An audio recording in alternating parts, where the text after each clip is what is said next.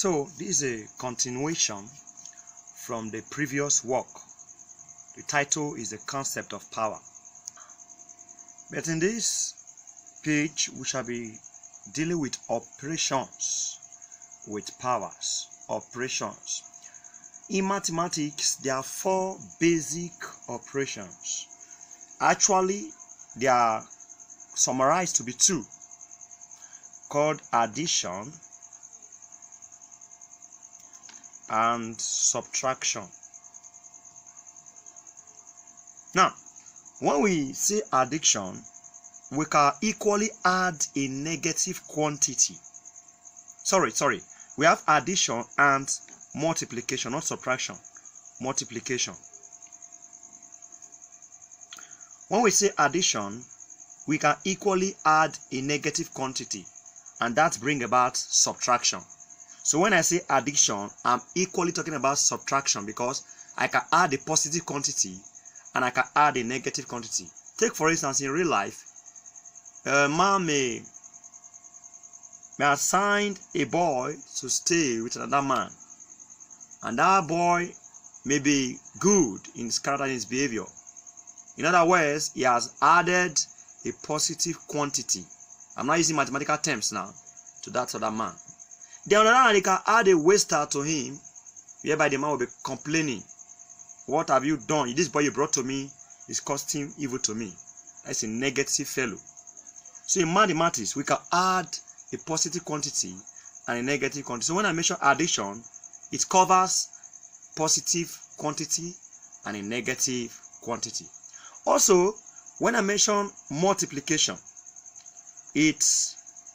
I'm also talking about division. You will get this clearer in a later page. So we'll be dealing with operation with power. How do we operate with power?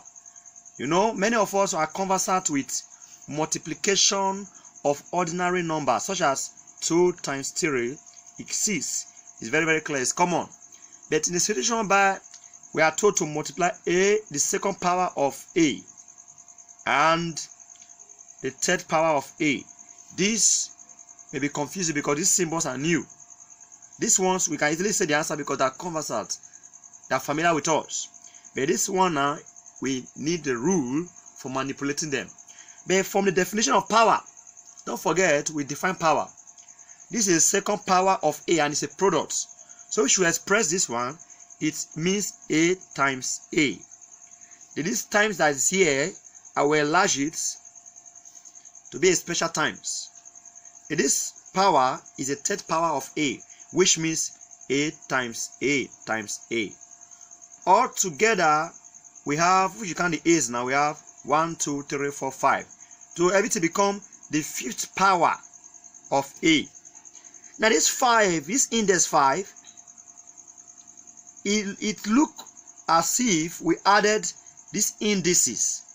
Indices is a plural for index. It look as if we added these indices.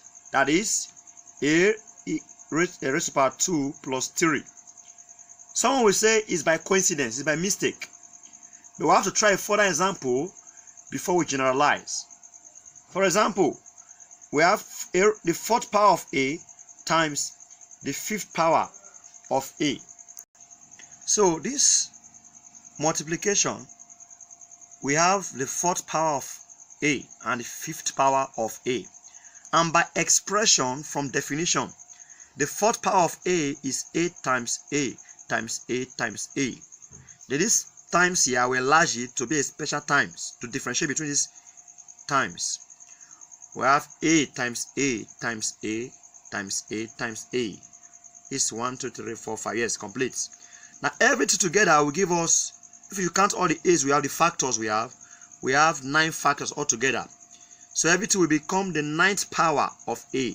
So the 4th power of a times the 5th power of a will give rise to the 9th power of a. And this this 9 look as if we added these indices 4 plus 5. Initially we thought that it was by mistake, but now it becomes clear that it's not by mistake. So we are observing something here, so we cannot generalize. In general,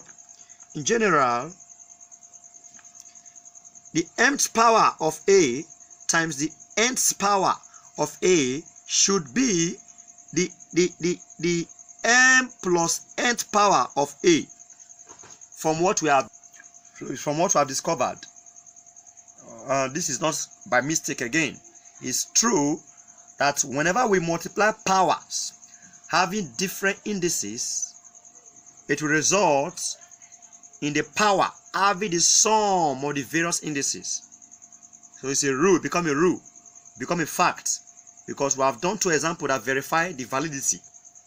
So it's no longer accidental, it's no longer by mistake, it's a factual situation. So this can be extended in the sense that we can have the mth power of A times the nth power of A times the zth power of A times so equals the m plus z plus so power of A. I believe you got this 10. So it's an extension. So you can multiply more than one power. Like in this case, there are infinite powers. Hence, you see the ellipses. These 3 dots simplifies and so on. Continue like that. So this is for it to have gotten a rule for multiplying powers. And what is the rule? Let's put the rule into writing. The rule of multiplication.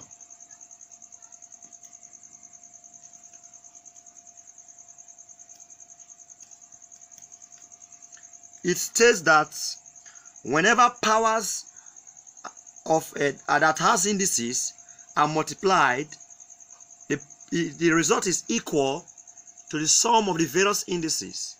That is to the sum of the various indices. That is, it should be in a power. Should be in a power. Like from this one now, you see it is m plus z plus so power of A. So it may be a power. Take note that power is different from index. Indices is a plural word for index. So on this note, we shall stop here. When else we meet, we continue on operation with power. We're still continuing it. So to get more video, you subscribe in the next page. You click on subscribe on red on your screen. So thank you very much.